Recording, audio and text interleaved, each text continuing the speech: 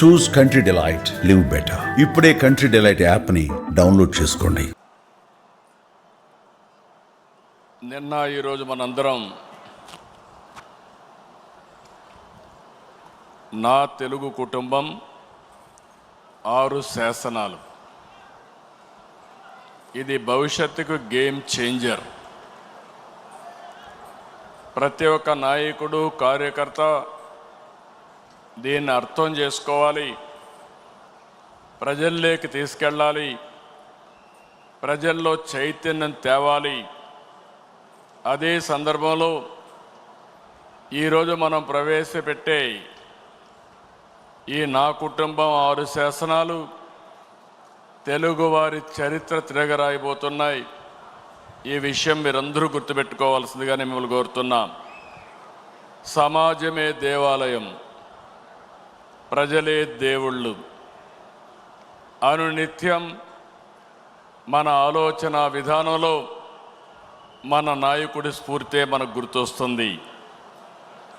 ఈ మూల సిద్ధాంతాన్ని స్ఫూర్తితో మార్చుకుని కాలానికి అనుగుణంగా పార్టీలో పాలనా విధానాల్లో నూతనత్వం కోసం 6 శాసనాల్ని మహానాడులో మనం చర్చించుకున్నాం.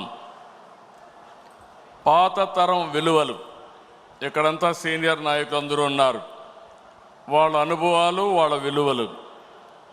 కొత్త తరం ఆలోచనలు, యాస్పిరేషన్, వాళ్ళ అవసరాలు, వాళ్ళ ఆలోచనలు, ఈ రెండు కలిపి నా తెలుగు కుటుంబం పేరుతో 6 శాసనాల్ని ప్రతిపాదించాం.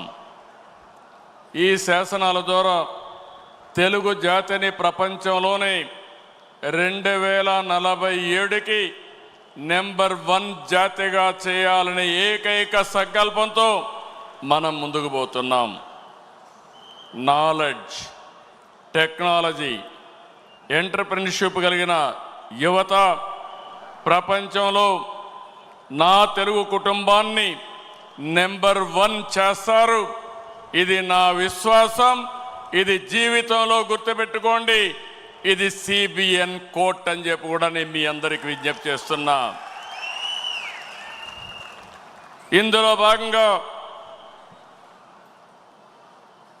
మీరు చూస్తే రాబోయే 40 సంవత్సరాలకి ఒక రోడ్ మ్యాప్ని రూపకల్పన చేసుకున్నాం. అదే సమయంలో నూతన నాయకత్వాన్ని కూడా తీసుకొస్తున్నాం ఎప్పటికప్పుడు. ఇంకో పక్క 6 శాసనాలు చేసుకుంటున్నాం. ఈ 3 కలిపి ముందుకు తీసుకుపోవాల్సిన బాధ్యత మనందరిది. ఎప్పుడు కూడా నాకు తెలుగు జాతి నెంబర్ 1. నా జీవితంలో తెలుగు జాతి కోసం మళ్ళీ అంటూ ఒక జన్మ ఉంటే తెలుగు గడ్డపైనే పుడతానని మరొక్కసారి మీ అందరికీ విజ్ఞప్తి చేస్తున్నా. అదే మాదిరిగా ఈరోజు నా ఆలోచన, ఇది నెరవేర్చేది పార్టీ కార్యకర్త. అందుకే కార్యకర్తే అధినేత, మీరే నా హైకమాండ్ కూడా, మీరే సుప్రీం కూడా.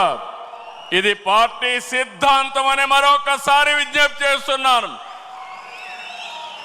వేదిక పైనుండే నాయకులు కానీ మీరు కానీ అందరం గుర్తుపెట్టుకోవాల్సింది, పార్టీకి సాధారణ కార్యకర్త ఎప్పటికీ శాశ్వతంగా సుప్రీంగా ఉంటాడని చెప్పి కూడా నేను మీకు తెలియజేస్తున్నా. మామూలు విషయం కాదు. 45 రోజుల్లో 1 కోటి మెంబర్షిప్ చేయించిన, 1 కోటి పైన మెంబర్షిప్ చేయించిన ఏకైక పార్టీ తెలుగుదేశం పార్టీ. ఇంకొక పక్క తొలిసారి అసెంబ్లీకి 65 మందికి యంగ్స్టర్స్ సీట్లు ఇచ్చాం.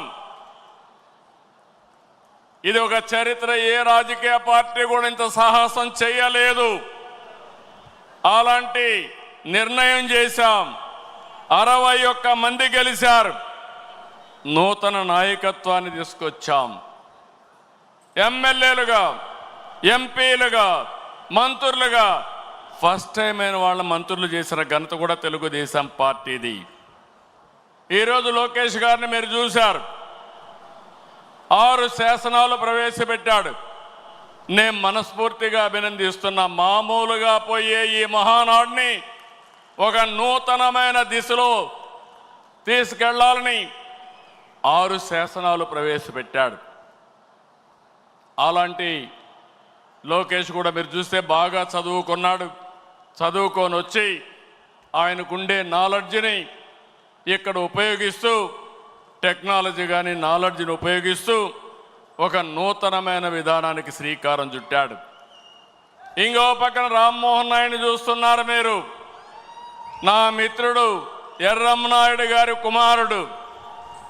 కానీ ఈరోజు అతి చిన్న వయసులో కేంద్రంలో మంత్రిగా ఉండే వ్యక్తి రామ్మోహన్ నాయుడు అని చెప్పి నేను మీకు తెలియజేస్తున్నా.